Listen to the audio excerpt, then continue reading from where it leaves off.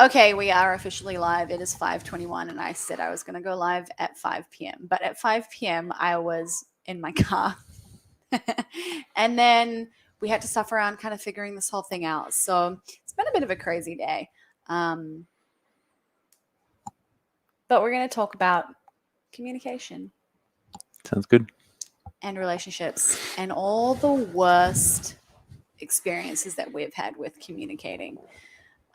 So we're going to go through and just talk about, I wrote a lot of them, Greg added some of them, and I think it's going to require me explaining some of them and then you explaining some of them, which will be good because it'll mean that it'll just be like open format, just discussing everything. But I'm going to leave that just playing so you guys can like just watch us chatting. Yeah, I probably should have done my homework for this, but yeah, I didn't read the you notes. You don't need to do homework. It's all in here, baby. All right. I'm ready then. Okay, so what we kind of, when we were talking about what we were going to talk about this week, how did we get to communication? I just said that I think like doing a topic that's applicable to all relationships and like all people, no matter what. Like I think we were talking about sort of ones that are like really specific to us in our relationship versus something that can be applied to a broader piece. So yeah, I think a lot of the feedback and messages you get are from people saying like, oh my God, like this helps me even in my marriage or whatever. Like it's, you know, people that can apply in other areas. So. Yeah, well, that's it. It's like, I remember reading somewhere a polyamorous couple or person or fucking group. And it was like polyamory people are masters of relationships because they have multiple. So it's like you can just learn so much from them because they have to juggle so much more than like your typical one-on-one type deal. So I remember that being like, oh yeah, of course. Do you remember one of our first conversations where you said something along those lines and I said, just because someone's poly doesn't mean they're a good communicator? Do you think that the rate of successful relationships is higher in open or polyamorous relationships than monogamous? I'm not sure. I haven't seen data on it. I'm going to go out on a limb and say it's probably the same. Interesting. Okay. Would be my guess. Yeah, because I definitely agree with you. Like, there's definitely people that are doing it and it's still unhealthy, or maybe unhealthy is not the right word, but it's like they're not perhaps demonstrating like great methods of communication or dealing with stuff or whatever it is that they're going through. But I guess that's kind of like it's almost that's impossible. Like even you and I have shit that comes up. Like we're still working on stuff. I think some of the things that, like if you avoid facing the things in the closet or your history or whatever it is, it's like if you avoid that in a monogamous relationship, you're going to avoid it, and it probably makes it even easier to avoid in an open relationship because you can just, if one partner's being difficult, you can be like, all right, I'll just zoom over here. Like, yeah, so I think that you, no matter what, but you just need to face up to those things. And I think you would find examples in all relationship styles where people are good communicators, bad communicators, all those different things. So I remember you saying, I'm really putting you on blast. Yeah, I remember you saying really early on that you were like, yeah, I reckon there are some really messed up people that do like open or polyamorous relationships. Yeah, but there's messed up and shitty people that do monogamous relationships as well. But that's not messed up or shitty, but like people that have like just stuff going on mentally or like emotional issues or like just mental health stuff. But yeah, I think but that's, to be clear, so I don't get a bunch of people just coming after me wanting to kill me. I think that exists in all, but I think the assumption sometimes is like, and I think sometimes people that are poly and are open sometimes put themselves on a like holier than thou. I've got it all figured out. I know communication amazingly. It's like I just don't think it's the case, and it's like I've dated people who are poly, who are open, who have not got it figured out.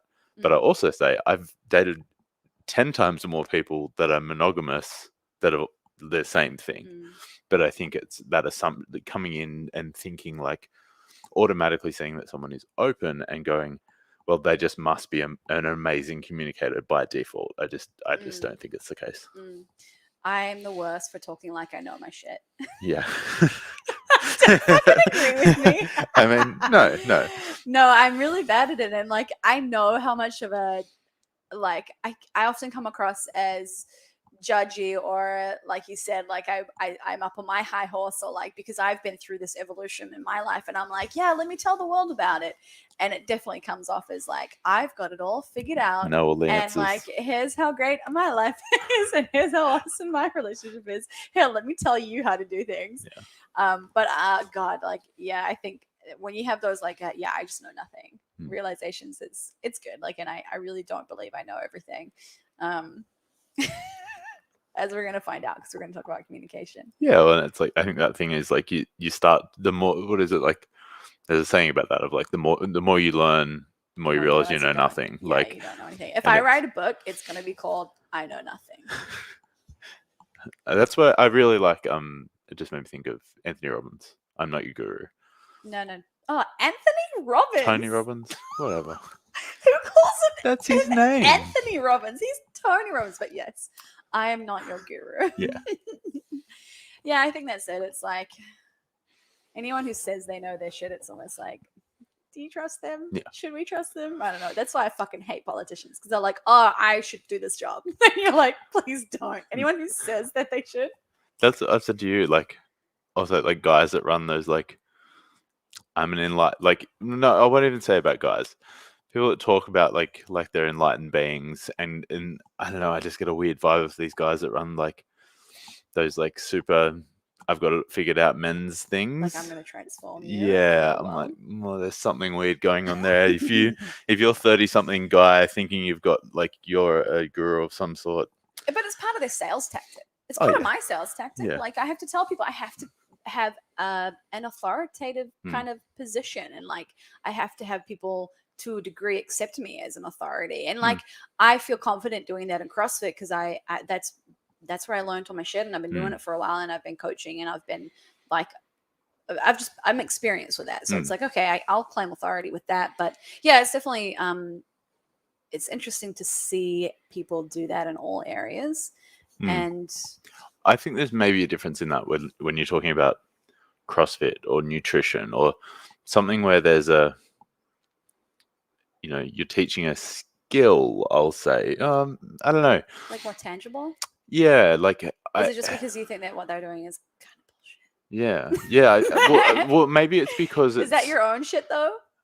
No, maybe. But like, I think if it's like, maybe on the communication side, and almost that like, there's something about the language that gets me when I don't know, there's just something about like, talking about like I've done a hell of a lot of work on communication and trying to improve it, and I know like, and you don't use the words manifest and energy. No.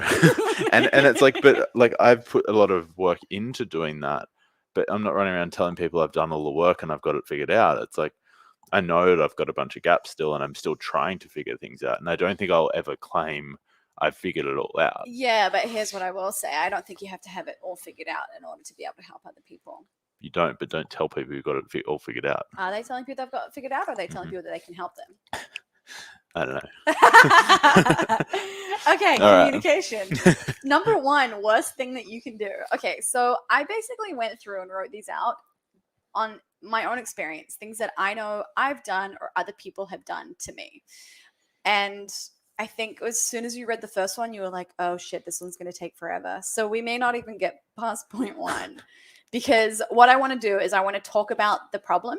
I want to talk about what this like poor communication style is. We're going to give examples. And then I want to talk about ways to work through it, to overcome that communication style. So it's not as simple as like, just do this and it fixes the problem.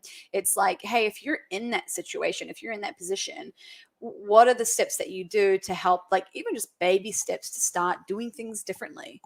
And step one might be like, hey, become aware of it when you're doing it. Like that was something for me. Like I had kind of noticed with a couple things with you that I was being silent, and then I'd make a joke about it. And then I was like, oh, hang on. So I kind of gave it away. But the first thing is, the worst way to communicate is to not communicate.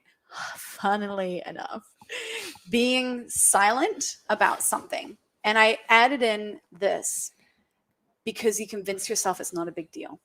And I think that's what people get stuck on with the silence thing. I don't think anyone goes out intentionally wanting to give their partner the silent treatment or not say anything about an issue. But what happens is it's little things that pop up over time. And slowly, bit by bit, things build up and escalate. And at some point, we tend to almost, I guess, trigger like a, you kind of hit that, what's the term I'm looking for? Like melting point or trigger point or... Yeah, that makes sense. That makes sense? Yeah. All right. There's a word that I'm looking for. It's not coming to my brain. Anyway, so in terms of like being silent, the example that I gave, and the example that happened to me is that Greg will be like, hey, tomorrow night I'll come over and we'll hang out, or I'll come over and stay at your place. And he'd say, the time? I think roughly. You're like, oh yeah, I'll come over around 6. And I'd be like, okay, so then I would expect you to be there at 6. And maybe this is a little different during the pandemic because it's not like we have other things in our day going on at the moment. But prior to the pandemic, when we were open, I would be working during the day. I'd have calls. I'd have a training session at the gym, and then I'd be home and have dinner or whatever. So it was like I'd kind of map out my day being like, okay, he's going to be there at 6. I can only train till 5 because I need to be home by 5:30 and be like showered and ready for you to arrive. And then you would get there like 6:20, or you'd message me at 6 and be like, hey, I'm just leaving now. I'll be there soon. And I'd be like, fuck. No, I wouldn't do that. But I'd be like, okay, babe, no problem. No, you didn't do that, and that was the problem. That was the issue, right? So like I'd be like, yeah, no worries. And then you came over one day, and I remember being, I don't know what the joke was, but I just said something really sarcastic about it. I was like, oh yeah, do you enjoy being late everywhere? Or like, it would have been something like that, where it was like, well, we would have been fine if you'd been here on time. Yeah, it was something like that, I think. Something like that, where it was like, I said it not meaning to be serious and meaning it to be a joke. And then as soon as I said it, I was like, oh, that was really aggressive. Oh God, like that was really sarcastic. And that came from a different part of me. Like that came from like my evil twin sister that just like exists in a parallel universe. And I think 5 minutes later, I was like, hey, I just lashed out at you. And I realize it's because when you're here and you say you're going to be here at a certain time and you're not, like it kind of got to me. Like it brought some stuff up in me. I hate using the word triggered, but I'm going to say like it kind of triggered me. It upset me. Yeah. And so then I think we had a conversation with like how important is being on time to you? Something that I really like, and I'm sorry that I'm talking for such a long time. I'm going to give you airtime in a minute. From the Brute Strength podcast, it's one of the early ones that Mike and what's his partner's name? Mike Cashew, and starts with an A. She runs WAG. I want to say Adele, but it's not Adele. It's something fucking anyway. So they did a great podcast on relationships, and they talked through stuff that they basically had, I think, taken away from their therapist or this relationship coach that they'd been working with. And one of the things that they said was, hey, we kind of rate the importance of things to get a gauge of where the other person's at. So it was like, okay, being on time out of 10, how important is that to you? Because to me, when you say you're going to do something and you say you're going to be there at a certain time, and perhaps it was more like you said you were going to do that, less than the being on time thing. Maybe it was just like, I thought you said this, then it was actually that you did. So maybe that's more about what it was. But I remember being like, oh, that'd be like a 7 or 8 out of 10. And you were like, I think you clarified that you were like, hey, like we didn't set a time, like we hadn't agreed on a specific time, but also it just wasn't something that you were particularly worried about. You're like, look, if it's meetings or planned things that have a set time, like I'm not late, but this is like, it wasn't something that it was in the calendar and it was like, hey, this is the time. So we ended up kind of having a discussion around that, but just figuring out where we were at. And I think I had you stop smiling because I'm still talking. I'm going to stop. Just that you talk through all the bits that I was going to talk about. Oh, really? Yeah, we're still the same person. So then the other thing, and I think I put it in here, is what's ironic is if I'm late, I understand why I'm late. Like traffic was bad. I had a really hectic day. I left the house a little later, or I started packing my shit up when like I was like, fuck, I need to go. And I was in a rush to get here, but I just got here late. Like it's like I can accept that when I do it because I understand the context and the circumstance. But if you do it, it's like suddenly it becomes, oh, you deliberately did that and you just like said you were going to do this thing and then you just decided not to. But if it's me, it's like, oh, I'm late because like obviously I couldn't control it. And I'm like, well, duh. But for you, I'm like, hey, what the hell, man? Isn't it so funny how we do that? Yeah, yeah, absolutely. I think, yeah, what you were saying before, like, I think the context of some of that stuff, it's like, if it's just me coming over to your house at the time, like I said, it was like, oh yeah, I'll be there around 6. Like, my work days sometimes can be a little bit unpredictable, and it's like, so I'll finish work, and that's like, what you said about like messaging at 6. It's like, I might only just get off a call, jump in the shower, get myself organized, and be like, oh, okay, I'll let you know. But yeah, like, if we were going to dinner at 6, it's like I would be blocking off my calendar if I'm on a call, being like, hey, I need to leave now. But if it is just kind of turning up to your house, I think that was where, yeah, when you'd asked me about that kind of rating thing, I was like, well, if it is just for us hanging out off work, like, it's lower on the priority list. Yeah, but yeah, no, agree. Okay, so if we have a hypothetical couple and this tends to be the main way that they communicate. And like, I know that people will do this for years. I remember talking to someone who had been married for 15 years and still struggled with this, just didn't say anything. And their version of saying something was sarcastic, making a joke, like just a microaggression or a micro jab at someone. And I was like, you're not really saying what you mean. Like, you're not actually communicating anything. You're just thinking that you're making a point, but it's probably coming off as you literally just being sarcastic or making a joke, and the other person's not actually translating that into useful information. So in that instance, like, what's step one? Can I go back a step Yeah, okay. from step one? Yeah, do it. And talk about, I think, where this actually impacts people in some other areas. So you talked about just like one little example, but I think this is where it comes into ghosting. It comes into a bunch of those things. And people I've talked to, there's someone I was chatting to last week about this, where, if you're, I think where it comes from is that you're worried. You gave the example of kind of not really realizing it was getting to you. But I think there's people that make a conscious choice to be silent, and that's been my problem in communication. So if I look back at most of my relationships, this is where I've broken down. And why did you choose to be silent? Try not to hurt the other person. So especially for small things, where there were little things where it was like, oh, like something just rubbed me the wrong way a little bit, like the running late thing. Even if I'd realized, like in your thing, you had the realization of, you realized it was annoying you. I think if that was me in a lot of my past relationships, I would realize it was maybe frustrating me, but then go, it's not worth bringing up. It's fine. Yeah, it's only it's 10 not worth minutes. it. It's, you're only 10 minutes late. It's fine. I only just rushed back from the gym to make it, and I just wouldn't have brought it up. And would you like wait for it to get better almost? I would probably, yeah, wait, hoping it would get better. Or yeah, just even if I felt a little bit off, like, and that's like some of the stuff I've done to fix that now. We can talk to when we come back to the solution, I suppose. But yeah, that's what I've done a lot, where it's almost like you just kind of mull over it and go, oh, it's like you mitigate down the importance of it to yourself.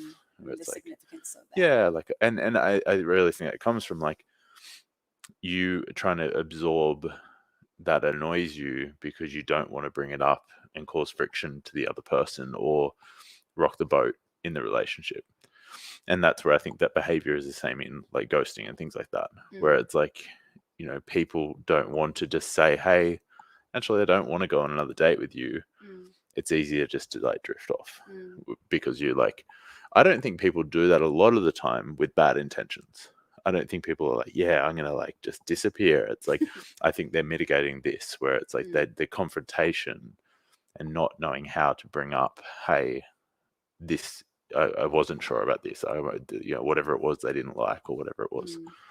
The person I was talking to last week, like they said that they had an issue with this in their relationship a little bit, where, yeah, basically they just didn't want to hurt the other person's feelings, so they just sat on it, buried it. Yeah. Just Yeah, and that's brushed it under the rug. that's, I definitely think, where what I've done in the past with that is, yeah, like I would, in a relationship in the past, like at night sit there sleepless, like mulling over thoughts, feeling unsure, feeling a little bit annoyed about some stuff.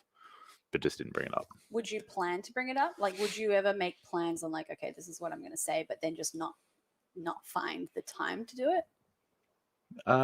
No, I think largely it was just not knowing how to start the conversation about it. Like, even being unhappy in a Not knowing how to relationship, start the conversation, or not even knowing to have a conversation at all. not knowing how to start the conversation. Mm-hmm. So, like, being unhappy in a relationship, or like feeling like something's missing, or there's something that just doesn't feel right. Like, how to bring that up to a partner and say, hey, I want to talk to you about this, or whatever it is. Like, that was always a challenge. And did you always know what it was that was wrong? Or was there a little bit of a lack of, because I think sometimes that's what it is. It's like you can feel that something's off and something's not right, or something's rubbing you the wrong way. And I think certainly there are probably times when you're like, I can identify exactly what it was that pissed me off. But sometimes I don't know if it's always that clear. So perhaps it's like, I've got a weird feeling about this. I'm a little unsure or uncertain right now. I can't figure out where I'm at. I'm just going to ignore that feeling. And then it's like, not only is there a feeling that you're ignoring, but you actually don't know what it was that was the precursor to feeling like that. Yeah, for sure. I think both have happened. Whereas, yeah, if it's a single thing like your example of someone running late, it's easy to identify and go, oh, I know what that is. But I've definitely had in the past in relationships where you just feel like it's just not, there's something missing, or doubting whether it's the right relationship. You know, I know you hear from people sometimes like in DMs of like, I feel like something's just a little bit off. Like, I'm not sure if I'm happy. And I think that's, you know, that feeling of sort of just feeling like, hey, I'm not sure if this is it. But yeah, sort of sitting on that feeling rather than just talking about it. Yeah, and that's it. I think if any negative feelings come up, people immediately are like, oh God, is this the end of everything? Does this have to mean that we have to break up? And it's like, there doesn't actually have to be a ultimate solution that would be a deciding factor between the relationship continuing or ending. You know, like I think perhaps maybe that's what it is that we're afraid of. Like if we bring up something bad, we have to have a really big conversation about how the relationship's going and if we're still going to continue doing this. But it's like, hey, dial it back a little bit, take it down a notch, and just talk about the feeling as it is. You don't have to change anything in the relationship. Just bring up the feeling, like, hey, I feel kind of weird about this because of that thing that happened or whatever it is. Yeah, I think like, and I'm probably thinking about very specifically in my last, like in a relationship previous, that I don't know whether I knew what was wrong. And I think I was in a point where I was questioning whether it was me.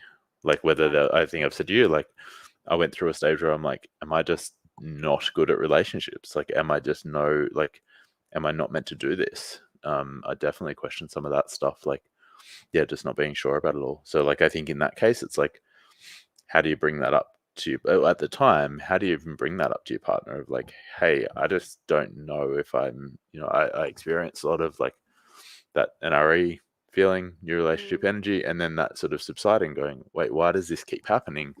Is this just how that's meant to be? I've said to you, like, I've never really had many examples of healthy relationships around me. So I hadn't really seen that and known whether that's normal or not. So a lot of my sitting there in my head was going, maybe this is just what relationships look like. Maybe this is life. Yeah, I can see that, like those kinds of thoughts being trapped inside and having to try and work through that without actually saying it out loud or talking to anyone. Yeah. And realizing like, hey, what's not real and what's not, but like being able to examine it a little bit better, and have a little distance between what's going on and like where you're at. And then the other problem of, blaming yourself. Like, fuck yeah, I know I've definitely done that. Like just been like, look, I think it might be me. I'll just wait and like, I'll see what happens. Like, I think it's me. Like I'll change or I'll try and do this to fix it. And sometimes that might be justified, right? Like, Sometimes it is. Like, I think it can be good to sometimes sit on it and try and identify what it is, where it's coming from. So maybe that then links into, you know, you're saying, okay, what do you do about that? Solutions. Yeah, and I think that's a point that we're going to make later on where it's like, hey, like you do have to take ownership of your own shit, like in terms of in terms of me telling you like, hey, this whole thing where you're arriving at a different time that you've said, like that actually is something that comes up for me, and like it is important to me, and I need to know, are you someone that's on time, or are you someone that tends to be late, and what are the different conditions for those things to happen? Yeah. And I think, funnily enough, as soon as you kind of explained to me, I was like, okay, that makes sense. Yeah. And it was like, and this is my situation. Like, I tend to be late if it's something that, same thing. If it's not set in stone, if we don't have plans that are like booked in, it's like, yeah, man, I'm late just as often as you are for like we're just hanging out together at your place or making dinner at home. It's like I do exactly the same thing. And then exactly what you'd said, I was like, and then for meetings, for training people at the gym, for showing up to work on time, or calling people for a client call, it's like I am dead on. I will not be late for that if I can help it. I'll fuck up occasionally, but it's like that will be a bit of a non-negotiable for me, being on time. So yeah, talking about it in a way where it was, I almost had to remove myself from the situation. So rather than going, why were you late when you told me you were going to be here at this time? Why did you do this when you said this to me? And it was like, okay, take myself out of this. If I remove myself, in terms of like getting somewhere on time, do you like to be on time, or do you tend to find that you're late? Like, do you tend to find that you're running late? Sorry, this is rhetorical as well. I'm not actually asking you. Okay. I'll just sit here and look pretty. Yeah. And it's like, if I can remove my shit from that, then it helps me understand you as a person in absence of me and the way that you function in my world. And that was massive for me. And I think that's where almost the, hey, out of 10, what level of importance is this thing to you? Regardless of whether that's being on time somewhere, having a tidy house, or spending quality time together versus doing acts of service for each other. It's like all of those things can be rated out of 10, and each person will have a different level of importance. And one thing that could be like a 1 for you could be a 9 for me. And I think once you realize that you're two different fucking people and you're not going to match, it's like, okay, cool. Then I can accept this better. And you can factor that into times. You'd be like, hey, be at my house at 5:30, and then you know that I'll be there at 6. No, but I'll do that and you'll be there at 5:30. Like, you'll get me on a good day. Yeah, I think times is like, it has been something that I find more, my days are very structured with work. It's like I'm pretty much meetings, nonstop kind of thing. And it's well, it's like even when we're talking, you'll pull up your calendar whenever we talk about anything with work. You're like, hey, let me just check this thing. Yeah, because it's like, from when I start work to the end, it's like I operate in half-hour blocks of meetings, and okay, this is on there. And it's like, so I think then sometimes I rebel against that a little bit. Or rebel against it. It's like, just you relax. I finish work and I'm like, put down the calendar. I don't want to even know about what the time is. Like, I'll, finish work, and I like being able to just then jump in the shower, cruise around, like get organized, and not feel like I'm like running late for another meeting. So, yeah. I think the last thing that I want to say is that the red flag for me, like the signal for me, remember how we talk about how jealousy is like a red flag or a signal? It's like it indicates something else is going on. I think things like sarcastic jokes or lashing out at your partner is an indicator that there's a feeling underneath that, and there's a need not being met. And it's possible that your partner is not aware of that because you're making these little like jabs at them about it, and you're not communicating effectively. So I think maybe that's the thing that you almost have to look for. It's like, I don't know if it's that easy to suddenly just not be silent and talk about things straight off the bat and be like, cool, we'll just have a sit down and we'll talk about it and we'll get it all out and we'll fix it. It's like, no, that's not going to happen. But paying attention to those moments that you make little jokes that are jabbed at your partner. It's like, whenever you take the piss out of your partner, is that actually a real thing that upsets you? Because if it is, maybe that's going to highlight to you something that you do get bothered by. And maybe it's not even if your partner does it. Maybe it's like if anybody did that, if anybody was late when they said they're going to be there at a certain time, if anybody came over to your house and left a bunch of dishes in the sink, if anybody said that whatever the fuck it is, it's like the moment that you feel like making a joke or being sarcastic or like pointing it out to them, that probably means that there's something going on there. Like, I think any complaint that you have probably indicates an underlying need that has to be met or isn't being met. I think it's even interesting hearing you talk about some of this stuff, even the differences in how those things obviously pop out and express in you versus me. So like I don't think I've ever made a sarcastic joke trying to get at a point if something annoys me. So like for me, it's a completely different thing that I notice when something like that is getting to me, to what you're saying. Oh, yeah. So you don't have the same red flags. No. So I'm like just a what I've said sarcastic to you asshole, is like, and you're not. I didn't say Was it. I being sarcastic just then? Maybe. So for me, like what I've said to you is like my almost trigger for when I know I need to say something now is when I feel it like looping in my brain. Like there's been examples with you where I'm like, hey, I need to talk to you about something. Because it's like as soon as I realize like it goes around once and I'm like, ah, don't worry, that's nothing. And then it comes back again. I'm like, oh wait, I think it's something. Yeah. It's like, okay, I just need to bring it up, even if it's Yeah. tiny. And that for me, like that's been the biggest thing I've changed with you. Is like if that's how I've explained it to you before. Is like if I notice it's a looping thought, it's like I just need to get that out. Because otherwise, if I start to try and make a judgment call on like, is this looping because it's important or is it not important? Is it How's that just going to me? impact Oh, you? fuck, Is what that if I just say me? And something? then Oh I'm my like, God. oh my God, I'll just keep it in safe.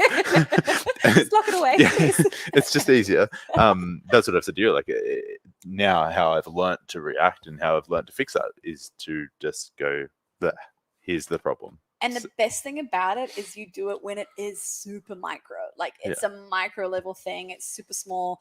And I think part of the reason people don't want to say it is like, yeah, sometimes it is something that probably does feel a little bit like a non-thing at times. Like all the things that I brought up to you, I'm like, it's such a non-thing, but I just want to like this or say whatever. And you've said the same thing to me. You're like, I just need to say this because it's just on my mind. And it's actually a funny conversation at that point because the other person will be like, oh God, I didn't even realize, fuck, you're right. Like my bad. I'm sorry. Yeah, I'm not going to do that again. Like, let me know if I ever do that and we'll try and like fix whatever. And it's like, that's such a better conversation to have than the alternative. And the alternative is, I think people perhaps assume, oh, it won't happen again. Like that's the alternative. Like, oh, this is a one-off. But that's not the alternative. The alternative is other things happen that are similar. You're upset in the same way. You have the same reaction, but again, you say nothing. And then eventually when you do have a conversation, and I think that we probably both have examples of this where I will go to someone or you'll go to someone or someone will come to us, whether it's a partner or someone else saying, I have a list of things that you've done and like, it's really upsetting. And it's like, now we're in trouble. Now this is a shit conversation because it's like, I suddenly have to almost defend myself against all these accusations. And it's like, though that feels really severe and big and significant. But when it comes up at the time and you say it, it feels insanely insignificant and kind of funny. And it's not funny. I won't say it's funny, but it's like, it's such an easy version of that conversation because the alternative is not, it doesn't happen again. The alternative is it will keep happening and you're going to have to bring up more and more things when you do eventually talk about it. And like, so the example you talked about on one of the other podcasts was when we left the gym in the Gold Coast. So I'll use that as the example. So we went to the gym. It was one of the first times I'd like overhead squatted heavy for like ages. You tell the story and I immediately feel so guilty. We got in the so I got in the car. I said something to Kate about like, oh, like it felt really good, like about how heavy I went, and like it felt really good. And she's like straight away into like, yeah, but you could have done this better. You could have like just started hitting me. You really got to work on your hip extension. Shrug more. Hitting me with the feedback of all the things I did terrible. And we're in the car driving back from the gym. It was a 5-minute drive from the gym back to where we were staying. You know how people say like give compliment sandwiches?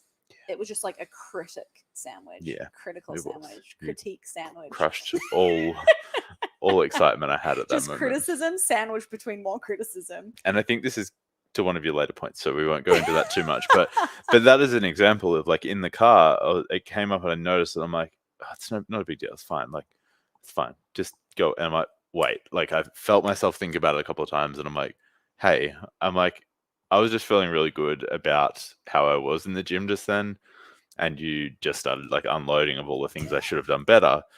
that's a really good example of that. If I just sat on that and thought, well, I'll just wait until next time we're at the gym, I'm sure she'll be proud of my overhead squat. I'm sure she'll tell me next time it's amazing. That then next time we went to the gym, if that happened again, then in the car on the way home, I'm like, every time we go to the gym, you do this. Yeah. Then that feels so big, rather than just being like, hey, I know this sounds I think I even said to you, like, I know this sounds stupid and it's such a little thing, but like that I just felt this feeling, rather than going, oh my God, every time we go to the gym, you do this thing. And it's like, oh shit, like that's such a big deal then. And it's like, I almost think in a way that because you now understand that about me, like I've explained that that's how I need to handle some of those situations, is to go, here's this thing. And I think, like, I've given you credit on that from the start of when we met. Like, I think it takes a lot to not react to that. And it's like, so if your partner, like, and I think this is maybe a thing for people, is like, if your partner does bring up something like that and doesn't, however they bring it up, or even if they do use the sarcastic jab, don't react. Try and just go, hey, like, what's going on? Like, is there something more to that? Or if it is in my style of bringing that up, to be like, hey, there's this thing, treat it small and just be like, hey, thanks. Like, tell me more about that. Or, yeah. So I think that, like, not reacting, because look, that's going to next time encourage them to be open again. And next time they're feeling frustrated, instead of waiting until it builds up into the sarcastic joke, hopefully just say, hey, I've noticed this thing again. Yeah, and I guess that's it. It's like when you go from silence and not say anything to suddenly saying it out loud, it involves two people. And it's not just one person having a thing and thinking about it. It's when they say it out loud, it also requires one person to receive it. And I just think not responding, like never being offended and trying it on for size to a degree. And that's something that I've learned from having received shitty, hard feedback as part of my career, like with being on seminar stuff. That was one of the first lessons that I had, where it was like, you're going to get feedback. Like no one is exempt from that. I don't give a fuck how great you think you are, but you're going to get feedback and it's going to help. So I think when I have you tell me something that I've done, it's like I force myself to assume you're right. And that's something that, like, I remember writing about this a while ago, years ago, and it was going to be an Instagram post, and I don't think I ever posted it. But it was assume they're right, or maybe it was a quote of like, what if they're right? Where anything in your life where someone said something about you, whether it's positive or negative, if you can play out and almost rehearse the version of what if they're right, you will get so much more insight into them and into yourself than just assuming like, oh, they're just an asshole, or like they're just being a dick or whatever. Like your boss said something about you, you're like, oh, they're just I fucking hate my boss. Like they're always like that. And it's like, hang on, like if you've got feedback from someone, what if they're right? What if they are right? Read into that, like try it on for size and see what that says about you. What would you do if they were right? Would you change it, or do you just want to deny that part of that person saying that information to you? And whether or not you take anything from that, or if you ultimately end up agreeing with them or not, like it doesn't matter. I think it's more important that if you say something to me, I can be like, is what he's saying true? Like, is that right? Did I fucking do that? And most of the time I'm like, oh God, I totally see what you've just said to me. Like I can absolutely see. And even if I didn't intend it to be that way, even if I thought I was being helpful, because I just think I'm such an exceptional coach, and that you just want those coaching like skills. People pay for that. Yeah, man, I got it for free. good money for it. You didn't even ask for it. I just handed it out. But it's like, I think I'm doing something that was helpful and useful to you. And the fact of the matter was, you hadn't asked for it. You didn't fucking want it. You were proud of something. And I was like, you know what? You could probably be better. Thanks. So it's like, yeah, it was just not the right context for me to respond in that way. And it doesn't mean that I'm wrong. Like, it doesn't mean that. No. Like, I think I said to you, like I know I can probably, like, there were it's not that they were bad cues or bad suggestions you gave me. It was just that it was the way it was delivered. Yeah, and I think that could be said for everything. I think that these situations where people get upset about something, it's not that. I don't think you have to figure out, okay, what is the solution that we do in the relationship? Who's right and who's wrong? And like, I think people think that there has to be something very clear and very like you have to determine a result or find a solution and take action on it, and it has to be you're right or I'm right. Who is it, and how do we come to an agreement? And it's like, you don't have to make an agreement about it. You don't have to come to a solution. You don't have to do anything. As long as it's just out there, like as long as the feeling's out there, and it might take a couple of weeks to like actually come back around and be like, hey, like the other week, like I totally get what you were saying. I just think that maybe that's something that, like you said, you didn't want to hurt anyone's feelings, which was part of the reason that like you wouldn't bring stuff up. And I think maybe that's because we assume that we have to take meaning from a lot of these experiences or a lot of these things that come up, when actually sometimes it's just surface level stuff.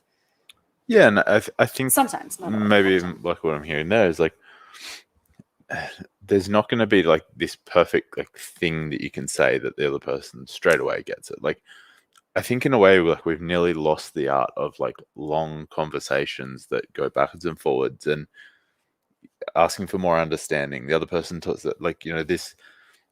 I think that's so interesting in conversation when that happens, because it like we have conversations that go on for ages trying to figure out like, what do you mean by that? What do you mean for this? Like, but I think that happens a lot where it's like, if someone says like, hey, that really annoyed me because of this, like, I think a lot of people just like, it's reaction straight away versus saying like, why does that annoy you? Ask questions trying like, to your point of what if they're right, but to get to the point where you understand why they're saying what they're saying, that can take time. That can take more questions. So don't like try not to go straight into defense, but ask questions about, hey, like when you said this, what did you mean by that? Or hey, you just said that I said this to you, or I said it in this way. Like, do you think that's true? Or like, does that upset you? Yeah. Actually, I'm really proud of the conversation that we had like the other night, maybe Saturday night or whenever it was. I can't remember. I don't even know if I remember what it was about. What were we talking about? We were talking about something, and it was getting to a point where you and I were both kind of agreeing and kind of on the same page, but I just knew that you weren't understanding what I was saying. And not that you couldn't understand, it's just that I'd said it in a way that you had interpreted it like quite differently to how I did. Yeah, I remember what, but I think I made a comment that was like, I'll say I was kind of joking, but like kind of philosophical, like funny kind of thing, and it just where the idea or thought came from me was you interpreted different, and I think that to come back to the communication thing, I think that it took us probably 20 minutes, maybe half an hour. That was a long talk. To try and clarify each other's understanding of words and what we're talking about. Yeah. And it's like, that just shows sometimes it can take a really long time to go, hey, like, they might say a word and you take it this way, but they didn't mean it like that. Like, try and understand. The more questions you can ask. And it wasn't even anything that we were disagreeing on. Like, it wasn't an argument or anything. It was just like we were talking about something, and you'd said something some way and I'd said something another way. And I was like, no, like I'm trying to say this. And you were like, yeah, like this. And I was like, no, like, and then you're like, well, you've said this and that's not that. And we just had to go back and forth. And I felt like I was getting to a point, and you said, I think we're talking about the same thing. And in the past, when you've said that, sometimes I'm like, I don't think we are, but I'll be like, yeah, I think we kind of are. And I'll just like leave the conversation there, because I'm like, I'm done. I'm done with this. Let's just move on. Because it does get frustrating and like even tense. I'm like, I don't think we're not talking about the same thing. And like, I can't explain myself properly. You're trying to explain a different thing. And like, it just took us like that little, like that extra 10 minutes of just being like, okay, hang on. If I say this, do you understand that? And then you'll repeat it back to me. I'll be like, okay, so you just said that. And what about how this relates to it? And eventually we actually got there to a point where I was like, I understand how you see things. Because, and that's what we got to, where I was like, fuck, I feel like I really just learned something about you, because the reason you were interpreting what I was saying in a particular way is because you have really strong feelings about your beliefs around yourself with those things and the way that you approach life because of that. And so it was like, it was just me figuring out that, and where it was almost like that was, I don't want to say it was a non-negotiable perspective that you have on life, but it's definitely a very strong perspective and opinion that you have, and way that you talk about yourself and how you navigate this thing. But yeah, I was actually stoked that we kind of got to the point that we got to. There's I think from Ethical Slut, there's a like it's got the activities through the whole book. I remember one of the activities in that was like find something that you and your partner don't agree on. Set a timer for like it was something like that. Set a timer for 10 minutes. Yes. Find something you don't quite agree on and just try and talk through it. And when the timer goes off, I think it was something along the lines of like that you just go, hey, okay, thanks. Like we tried to, Put it on and ice. it said like just find like something little Mm. and just try and work through it. And it's like I think like even conversations like that, it is practicing that muscle of like of exactly what we're talking about here. When you don't agree on something, clarify, understand, ask more questions. It's like it was over something stupid and something just like nuance of words in the like that's really what it was. It's like, but that's probably really great practice for when I there wouldn't is a say it bigger was over life. something stupid or nuance. Like I think some of the miscommunication and the hard part about it was just a little bit of like we weren't explaining it very well to each other. But I think it was actually quite significant. Like the thing that I feel like I came out of that with. Yeah, I love that from Ethical Slut, and I think it's also an Ethical Slut where they say repeat what your partner says and tell them if that's what they said or not. Like it's just such a simple thing. Like we often want to steal the airtime to explain our point and explain out what we mean and to make them understand and make them see. But I think what's more productive is when they've said something for you to repeat what you've heard in a way that they go, yes, that's what I mean. And you go, okay, cool. Here's what I'm trying to say. And then they have to repeat that back to you. Be like, can you tell me what I just said to you? And they'll be like, okay, well, what I just heard was this. And I think that feels like what I've gotten better at with you, being like, okay, I think I just heard you say this. And I even said that. I was like, I just heard X, Y, and Z. Is that what you're saying? Yeah, you'll hear people phrase that. Like they'll say like, yeah, you if you say, what I just heard you say is this.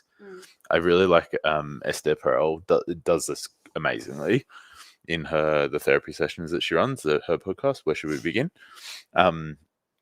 Quite often, like she does these live therapy sessions, if no one's listened to it before, where she'll ask them something. So the person will say something. If their partner then like reacts straight away and they like jump into defense mode or jump into offense mode, she'll go, stop. What did you just hear her say? And it's so interesting then when people are like, they repeat back something that's completely like opposite to what the person actually just said. Or they took like what was in the first 4 words of it and went, I know what you're about to say, and they make up their whole story around it. It's so interesting hearing her stop people and go, wait, what did you just hear them say? And what people come up with. And it just shows that we like, you jump straight into like, oh, I know what's coming. So I'm going to like, you're not listening to listen, you're listening to respond. I never do that. I don't know what that would be like. Never. That would be so strange. Never.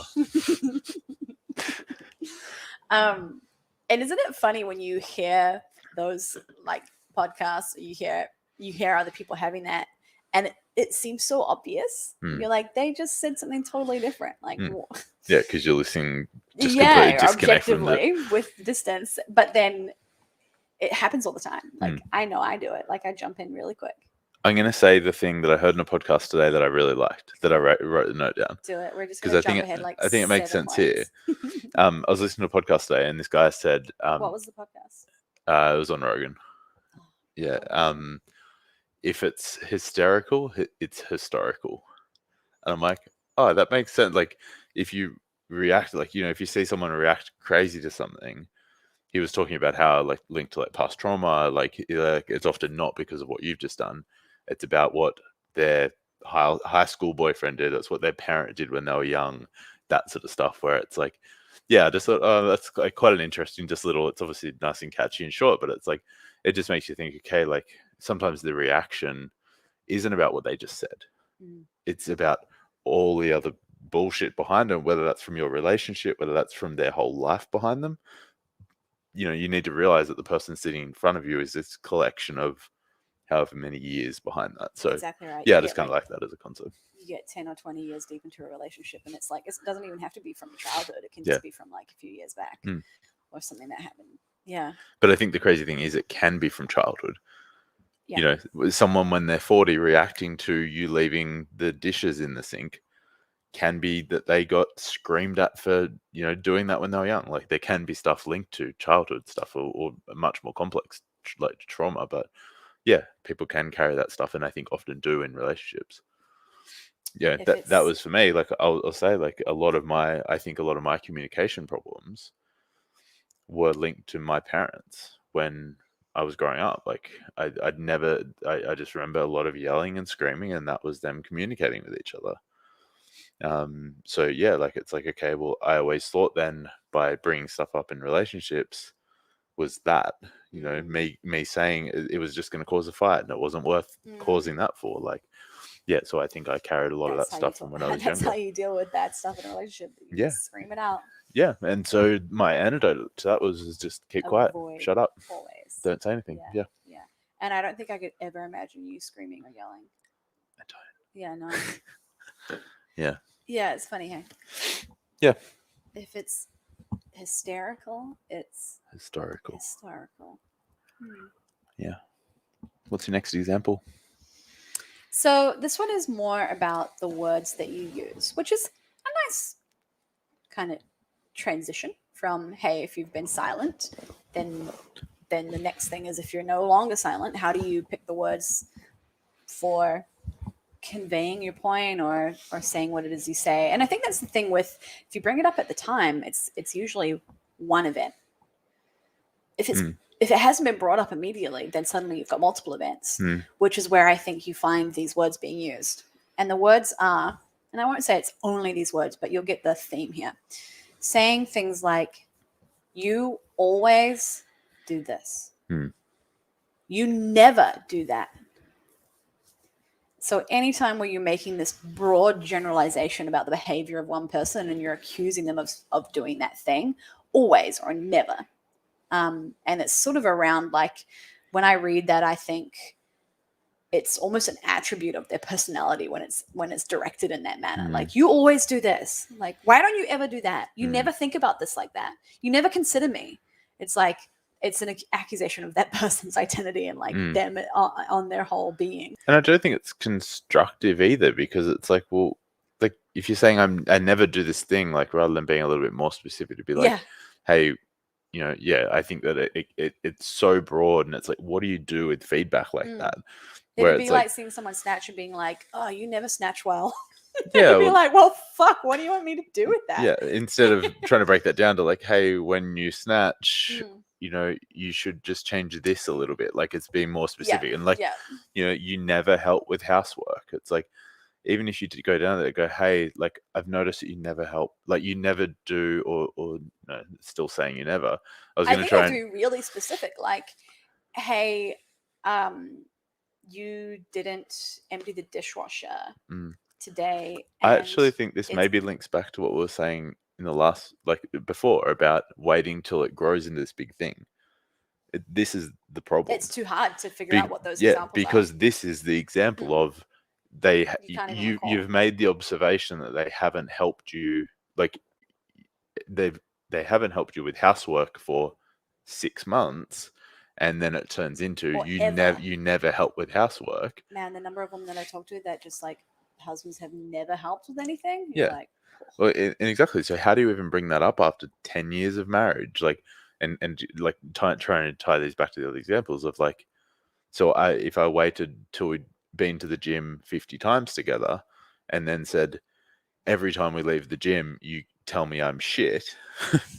That's such a big, heavy thing to have to deal with.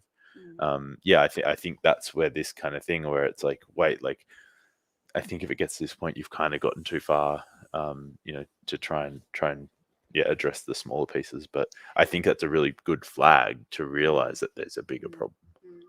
Yeah, definitely. That might be another like indicator, right? And I think what has to happen is you have to, one, not be honest, that's not the word, but be accurate. And it's like, if something has happened that's made you want to say, you never fucking take out the trash, or like, you never call me when you get home from work. It's like, be more accurate than that, even if it's been happening for 5 or 10 years. If you want to bring it up, talk about one specific event Mm. because one, it's a better example. Mm. Two, it means that there's some actionable feedback that you can take from it because it's like, hey, yesterday I would have really liked it if you called me when you got home from work. And you Yeah, didn't. that's what I was going to say. It's like, especially if you're trying to address 10 years of feedback or 10 years of not doing it, you don't need to say for the last 10 years you've never done this. Yeah, like you're not hey, proving anything. You're not hey, proving your point and more. like, even if it's like not even bringing up that that's a problem, like being just like, hey, I would actually love if you would start doing this. Like, I know you don't usually call me when you get home from work, but I'd really love if you did. That is like, to a guy, that's so much simpler for our brains. It's like, just tell me what you want me to do instead of tell me what I do wrong, because that's, yeah, it gets you nowhere. Yeah, it's almost like it feels more effective if you're really upset about a really big thing. Yeah. But it's like, man, you're actually more effective when it's really little and you're not upset at all. And you can actually communicate clearly. Like, yeah, hey, there's that one thing. And I think this is going to take us into the next bit because I think if you start saying like, you don't do this, or you didn't do that, I didn't like it when that happened, and I feel XYZ when this thing that you do occurs, it's like, first of all, it's all negative. Like, that's all really negative stuff. You're just picking apart that person. Like, would you do that to a friend? Probably not. And second of all, it's very much you oriented. Whereas the only reason that their action is upsetting you is because of how you feel about it. Okay. It's not their behavior, it's what that behavior means to you. So it's the same thing. Whereas it's where I said, hey, take yourself out of the equation. Like, if they did that and it wasn't in your house, it was with someone else and their partner, you wouldn't give a fuck, right? But it's just about how you fit in there. So one, stop saying you do this. Start saying, I would really like it if you could do that for me. Because that would make me feel like this. Which is the Gottman Institute, right? Yeah. So this is the Gottman Institute. If you're going to go and do some stuff on like improving your relationship, go and look at Julie and I can't remember what her husband's name, John Gottman. They have amazing stuff. They have a great podcast called Small Things Often. It's like 4 or 5 minutes, that podcast. It comes out every day. It's just got really cool micro doses of great relationship tips. But they always talk about, if you're trying to get a point across, if you're trying to communicate, start with I feel, because it is about how you feel about that thing. I feel upset when you say that you're going to be here at a certain time and you're not. It's like that suddenly, one, is more authentic because it is about me. It's how I feel. Two, it's so much easier to accept that when someone's telling you how they feel about something, because it's not accusing you. It's not blaming you. It's just that's how they feel, and they can't help how they feel to a degree. It's like, it just comes up for me. It's not telling you that you're an asshole for giving me feedback after the gym. It's saying, hey, that made me feel this, because you know, like and I think that's what we often say to each other. It's like, hey, this came up for me, and it was X, Y, and Z. Whenever I say something bad to you, it's like, this came up for me. I felt this popped up for me. I this, I that, I whatever, is how I communicate what's going on and how I feel about the relationship to you. It's never, hey, you this, our relationship this, what happened here. It's I noticed this thing with me. And then I think the next step, if you're gonna like fucking go Super Saiyan in your relationship, it's give more positive feedback. And I think that's the trap that people get in. They try and fix their relationship by pointing out all the negative stuff, being like, okay, I feel unhappy because you did this and I wanted you to do that. And it's like, you get in these conversations around what the other person needs to improve constantly. And I'm going to always use coaching examples from CrossFit because it's just the best. It's the best parallel to draw. But, you know, if you have a coach that's constantly giving you critical feedback on what your squat looks like, you end up just being overloaded with stuff that you got to fix, and it becomes a laundry list. And it's like, it almost gets to a point where it can be too hard to fix. There's too many things. And it's like, you can get really down on yourself and you don't feel like you're doing anything well. Whereas the second that I say to anyone, like, man, you're really good at keeping your knees in line with your toes, like, keep doing that, man. Like, that's really great. I like how you do that. That person will forever be like, I'm just someone that keeps my knees over my toes. I'm real good at that. Like, man, I nail that. A++ for me on my knees. Like, they, you know, it's like, it feels so good when people tell you what you do well at, and it just doesn't happen in relationships, or at least I've never done that until now. Where it's like, when you do something and it feels silly sometimes because I assume that you know, or I assume that you already feel appreciated. And I found a really, really cool post on Twitter or Instagram that was actually talking about a study around this, where people assume that they know that they are appreciated.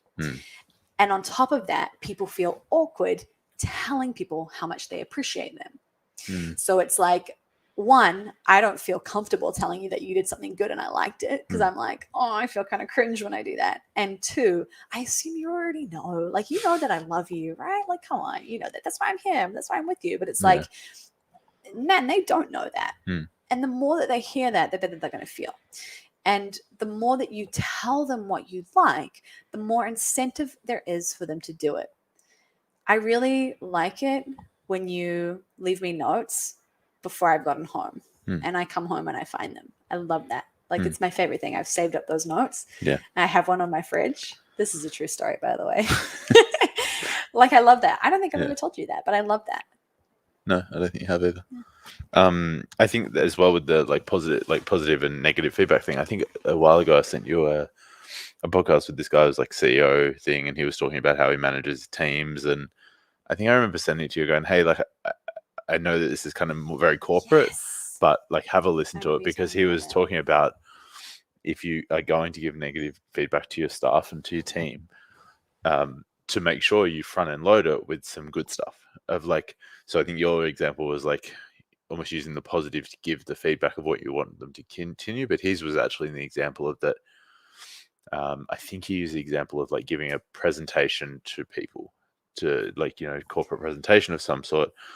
And instead of like going, oh, you're really nervous up there, like picking apart all this stuff, being like, hey, it was really laid out really well. You seemed really confident in the way you delivered it, blah, blah, blah. But then this was where you could have done better. And I definitely try and do that as much as I can, both work and both, you if I need to, but I don't think there's really been that many, but like definitely at work, I'm really conscious of that. Of like, okay, like, you've given me that feedback before. Have I? Yeah. And it was because we'd had a really hard conversation after you'd been on a date with someone and I was a bit shut off. And I'd said, hey, like, I'm okay. Let me just let you know that, like, we're okay and I'm okay. And I still love you, and like, this is really, really good and I'm really happy. I'm also just processing this right now, and so I feel a little bit like inhibited and a little bit like shut down inside. And I think I just kind of clarified that after we'd kind of had a bit of a reconnect and like a little hard or challenging conversation. And I remember that because I think I'd read it it was a Gottman thing, I think, actually, as well, where it was like, or probably multi-amory. I think that they were doing multi-amory where they talk about in communicating, they have a term. What is it called? Oh, I'm going to have to go and find this out. They've got a really cool thing where it's like, hey, tell or communicate what you're communicating to a degree, where it's like, I had to tell you and clarify on a bigger sense, the status of us almost, and what I was doing at the time, rather than keeping it internal. So it was like, hey, I'm processing this right now. I'm really happy with you though. Like, nothing's changed. I might just feel a little bit cold, but like, I still love you and we're okay. And it was just that little bit of like, I know what I'm doing and this is where I'm at and this is what I need. And like, I'm just kind of probably a little bit whatever. But it's not about you. And it's just like what I need to go through right now. And I think that little clarity, and I think you told me that you were like, oh yeah, I really liked how you did that. Yeah. Yeah. And I think it just, instead of, it comes back to that thing of like, if someone's just hitting you with all the negatives, it's super easy to go into like defense mode or, that thing. I think it softens it. It's maybe a combination of softening it, but also what you're saying, where it's like, okay, like, don't just tell people what they're doing terrible and what they're shit at. Tell them what they do well. So it's like, okay, well, I did that stuff good. I should do that more. And here's the things that I can do better. Rather than just being every time, this is what you're doing wrong. So yeah, and people are so receptive to that. It's like people want more of the good stuff, and if they don't ever think they're going to get good feedback, what would motivate them to improve on the bad stuff if they just continue to get like beat down about the bad shit that they do, even if they improve? If you're not skilled at recognizing the good to the same degree that you are at recognizing the bad, you probably won't get the same progress from someone you're in a relationship with as you would if you could be balanced. Yeah. And I think that also goes back to what I said before, where it's very much about being accurate. Don't make big claims. Don't only give negative feedback. You have to be accurate. And when there's something that they do good, be specific about it and be detailed in that feedback in the same way that you would be if there was something negative. Like, hey, when you did that at this time of day after this event, I felt XYZ. Do it for the bad stuff. And can you do that for the good stuff? Hey, like when you, whatever it is, I want to think of another example. When you set up the front room for us to like have a duvet and blanket and like snacks and we watch Netflix, like especially after I've had a really shitty day at work and I've just been like, oh, I feel like crap. Like I really, really like that. And that makes me feel really loved and like cared for. It's like, I feel even like a little uncomfortable giving that information. Like I feel like it's cheesy, right? Like and I feel like surprised cheesy. that you've even noticed that. So yeah, see, it's like people are constantly surprised when you like appreciate little things, and then when it's specific, it's like I feel like tomorrow I'm gonna come over and you'd be like, surprise! we're in the lounge room watching a movie with blankets and snacks. Yay! All right. How far in are we? just over now. Just over an hour. I feel like maybe we could have a part 2. Yeah. Do you want to have a part 2? Sure. So we got through to saying positive stuff as well as negative. We talked about the hysterical being historical. We talked about the language with regards to like, hey, rather than saying you always or you never, say I feel this when you do that, be specific. And then we also talked about not being silent when you think it's not a big deal, because it's only going to be a big deal if you stay silent. Yep. Did I just say that whole hour-long podcast in about 3 seconds? Yeah, should we just cut that bit? Okay, that is part 1 of communication. We're going to be back for more communication. And hopefully we can get some questions from people on maybe what else they want to know. That would be a really good idea. I actually really like that it's not non-monogamy specific now. Yeah. I think you brought us down a really nice road, Greg Wolf. Well done. Thanks, Kate Gordon. All right, let's dock this boat. Thanks, guys. We'll park this car. Land the plane. What are some other I got to find some other like exits. All right, bye.